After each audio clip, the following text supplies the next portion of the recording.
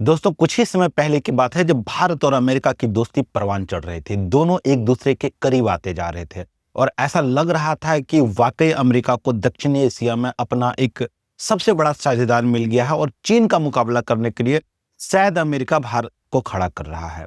लेकिन अचानक एक रात में सब कुछ बदल गया और दोनों देशों में तल्खी शायद इस कदर पहुंच गई कि कई सारे जो रिपोर्ट्स हैं वे ये बता रहे हैं कि प्रधानमंत्री नरेंद्र मोदी अमेरिका के राष्ट्रपति डोनाल्ड ट्रंप का फोन भी नहीं उठा रहे हैं। आप समझिए कि ये दोस्ती कहां से कहां तक पहुंच गया। ऐसा लग रहा था कि जो दोस्ती कई सौ सालों तक आगे चलने वाली है, जो दोनों देश एक दूसरे के बड़े साझेदार बनने वाले हैं, दोनों देश एक दूसरे के करीब आने वाले हैं, वो अचानक सब कुछ बदल गया। लेकिन दोस्तों, क्या आपने सोचा है कि ऐसा क्यों हुआ? आखिर ऐसा होने के पीछे कारण क्या थे? तो दोस्तों, इसका जो सबसे बड़ा कारण रहा वो रहा भारत का रशियन ऑयल की खरीदारी, भारत का रसिया से तेल की खरीदारी। लेकिन ये तो एक व्यापारिक फैसला था, तो ऐसा होना नहीं चाहिए था कि दो देशों के बीच में ये कूटनीतिक संबंध बिगाड़ दे। एक व्यापारिक फैसला को ऐसा कभी होना नहीं चाहिए था, लेकिन ऐसा हुआ। और दोस्तों, भारत ने रसिया से जो तेल की खरीद की वो सिर्फ एक व्यापारिक फैसला साबित नहीं हुआ, बल्कि एक भू राजनीतिक कूटनीतिक बदलाव साबित हुआ। अब आप एक आंकड़ा देखिए, भारत 2022 तक रशियन ऑयल का एक छोटा सा हिस्सा खरीदता था, यानी कि भारत के कुल तेल निर्यात में रशियन ऑयल की भागीदारी 2% थी। 2024 आते आते ये भागीदारी 40% तक पहुंच गई। भारत अपनी ऊर्जा जरूरतों का सबसे बड़ा भाग रशिया से ही आयात कर रहा था। रशिया से जो आयात है हमारा सिग्निफिकेंटली काफी बढ़ गया। लेकिन क्यों? इसके पीछे क्या कारण थे? तो दोस्तों, इसका जो सबसे बड़ा कारण था वो रशिया के द्वारा डिस्काउंट दिया जाना, यानी भारत को रशिया काफी बड़े डिस्काउंट पे कच्चे तेल की आपूर्ति कर रहा था। कई सारे केसेस में ये डिस्काउंट $30 to $40 पर बैरल तक पहुंच गया, यानी जो अंतरराष्ट्रीय कीमतें थी उसका 30 to 40% भारत को सस्ते दर पे रशिया तेल का निर्यात कर रहा था। यही इसी चीज ने पूरी पटकथा बदल दी, यानी कि व्यापारिक फैसला जो एक बड़ा भू राजनीतिक बॉन्डर साबित हुआ। लेकिन भारत ने रशिया को खुश करने के लिए, भारत ने रशिया से तेल आयात करने के लिए इतनी बड़ी मुसीबत क्यों मोल ले ली कि आज की तारीख में आप ये देख ही रहे होंगे कि अमेरिका के जो राष्ट्रपति है डोनाल्ड जे ट्रंप, उन्होंने भारत पर 50% टैरिफ लादने की घोषणा कर दी, यानी पूरे विश्व में सबसे ज्यादा। लेकिन भारत इसके बावजूद रशियन तेल का निर्यात करता रहा, बल्कि कई केसेस में उसने रशियन तेल का निर्यात बढ़ा दिया। इसके पीछे क्या कारण रहे? तो दोस्तों, मैं आपको बता दूं कि भारत अपनी ऊर्जा जरूरतों का कुल 85% कच्चा तेल आयात करता है, यानी कि भारत की ऊर्जा जरूरतें काफी बड़ी है। आप ये बात समझ सकते हैं कि भारत एक बड़ी कंट्री है, एक डेवलपिंग कंट्री है, तो हमारी ऊर्जा जरूरतें काफी बड़ी है, लेकिन हमारे पास कच्चे तेल का भंडार काफी कम है। तो हमें ये तेल कहीं ना कहीं से आयात करने होंगे। भारत ये तेल कई सारे देशों से, खास करके मिडिल ईस्ट से आयात करता था। लेकिन जब से रशिया ने कच्चे तेल पे एक बड़ा डिस्काउंट ऑफर किया, भारत रशिया से तेल खरीदना शुरू कर दिया। और इसी कारण से अमेरिका और जो यूरोपियन कंट्रीज है वो भारत से काफी काफी नाराज हो गए।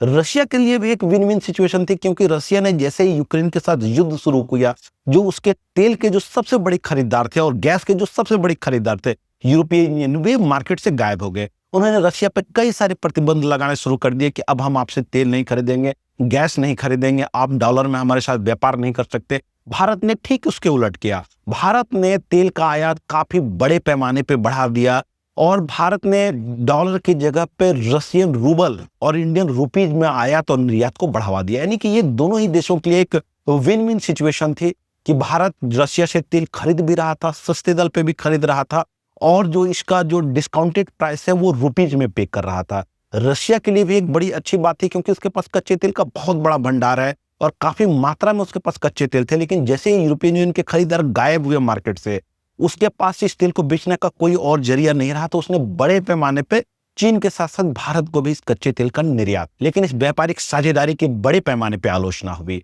और कई सारे यूरोपियन कंट्रीज इंक्लूडिंग अमेरिका ने खुलकर भारत की आलोचना करनी शुरू कर दी। कई सारे यूरोपियन कंट्रीज ने यह तक कहा कि जो इंडियन रुपीज है वो रशिया को फाइनेंस कर रहा है, यानी जो रशिया और यूक्रेन का युद्ध है उसमें रशिया को फाइनेंस कर रहा है। हालांकि यहाँ पे भी उनका एक दोगलापन साफ नजर आया, क्योंकि जब आप आंकड़े देखेंगे तो आप ये पाएंगे कि यूरोप के कंट्रीज खुद रशिया से बड़े पैमाने पे तेल और गैस का आयात कर रहे थे, करते जा रहे थे। हालांकि उन्होंने बाद में काफी कम किया, लेकिन शुरुआती दौर पे वे बड़े पैमाने पे उन्होंने रशिया से तेल और गैस का आयात किया। लेकिन वो भारत को रोकने की कोशिश कर रहे थे कि भारत जो है वो रशिया से तेल और गैस की खरीदारी ना करे।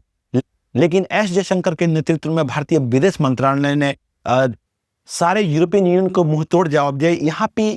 यहाँ तक कि एस जयशंकर ने एक प्रेस कॉन्फ्रेंस में यह बात भी कह दी कि यूरोप को इस मेंटालिटी से बाहर आना पड़ेगा कि जो यूरोप का प्रॉब्लम है वो पूरे वर्ल्ड का प्रॉब्लम है, लेकिन वर्ल्ड का जो प्रॉब्लम है वो यूरोप का प्रॉब्लम नहीं है। यानी उन्होंने यूरोपीय कंट्रीज को एक आईना दिखाने की कोशिश की कि ऐसा नहीं है कि आप अब सिर्फ अपने परेशानियों के बारे में सोचेंगे, आप इंडिया की परेशानियों के बारे में नहीं सोचेंगे। जब चाइना और इंडिया की झड़प चल रही थी तो आप इंडिया के साथ खड़े नहीं रहे, चाइना ने गलत किया तो भी आप इंडिया के साथ खड़े नहीं रहे। तो आज की तारीख में आप ये भी एक्सपेक्टेशंस लेकर नहीं चल सकते इंडिया के साथ कि इंडिया हर चीज में आपको सपोर्ट करेगा। लेकिन एक बात जो यहां सबसे महत्वपूर्ण है वो ये है कि भारत ने रशिया से डिस्काउंटेड ऑयल खरीदकर अपने करोड़ों अरबों डॉलर बचा तो लिए, अपनी अर्थव्यवस्था को वो गति देते रहा, यानी अर्थव्यवस्था को झुकने से रुकने से उन्होंने रोक लिया। क्योंकि आप ये जानते हैं कि चूंकि भारत बड़े पैमाने पे तेल का आयात करता है और वर्ल्ड मार्केट में जैसे ही तेल की कीमतें बढ़ती है भारत की अर्थव्यवस्था चरमराने लगती है। तो भारत ने एक काम तो किया कि रशियन डिस्काउंटेड ऑयल को सस्ते दर पे खरीदकर भारत ने अपने अर्थव्यवस्था को मजबूती दी, अपने करोड़ों करोड़ों डॉलर्स बचा लिए।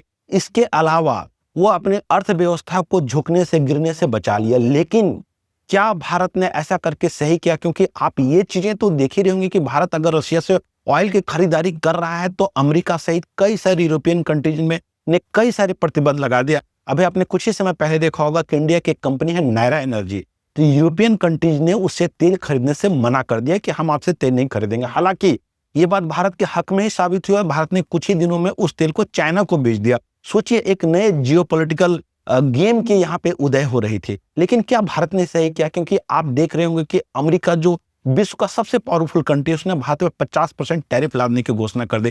कई सारी यूरोपियन कंट्रीज भी भारत से खुश नहीं है। लेकिन क्या ये सही था? तो दोस्तों इसका जवाब है हाँ, ये बिल्कुल भी सही था। क्योंकि भारत ने ये दिखा दिया कि भारत किसी भी देश का पिछलग्गू नहीं है, किसी भी कैंप को फॉलो नहीं करता है। भारत एक स्वतंत्र देश है और सबसे पहले वो अपने खुद के बारे में सोचता है, अपने नागरिकों के बारे में सोचता है, अपने देश के नागरिकों की ऊर्जा जरूरतों के बारे में सोचता है। और दोस्तों मैं यहाँ पे आपको बता दूं, आप मानो या ना मानो, अमेरिका किसी का दोस्त साबित हो ही नहीं सकता। क्योंकि अमेरिका एक ऐसी कंट्री है जो सिर्फ व्यापार के बारे में सोचता है, जो सिर्फ लाभ कमाने के बारे में सोचता है। और रशिया इंडिया का स्ट्रेटेजिक पार्टनर पिछले 50-60 सालों से रहा है और रशिया ने कई मौकों पर इंडिया की खुलकर मदद की है। कई बार रशिया ने इंडिया के पक्ष में वीटो तक किए हैं यूनाइटेड नेशंस में। इंडिया और पाकिस्तान का जब युद्ध चल रहा था 1971 का, उस वक्त अमेरिका ने पाकिस्तान की सहायता के लिए अपने एक समुद्री बेड़े को भेज दिया था। फिर रशिया ने बीच में आकर के इंडिया की एक बड़ी सहायता की। तो आप एक बात तो मान लीजिए कि रशियन हमारे अच्छे दोस्त हैं और ऐसे दोस्त जो हमेशा रहने वाले दोस्त हैं।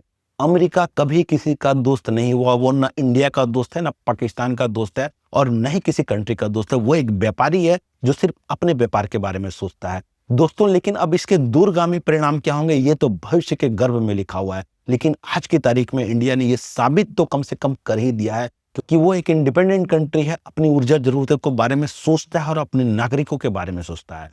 तो दोस्तों thank you very much for watching.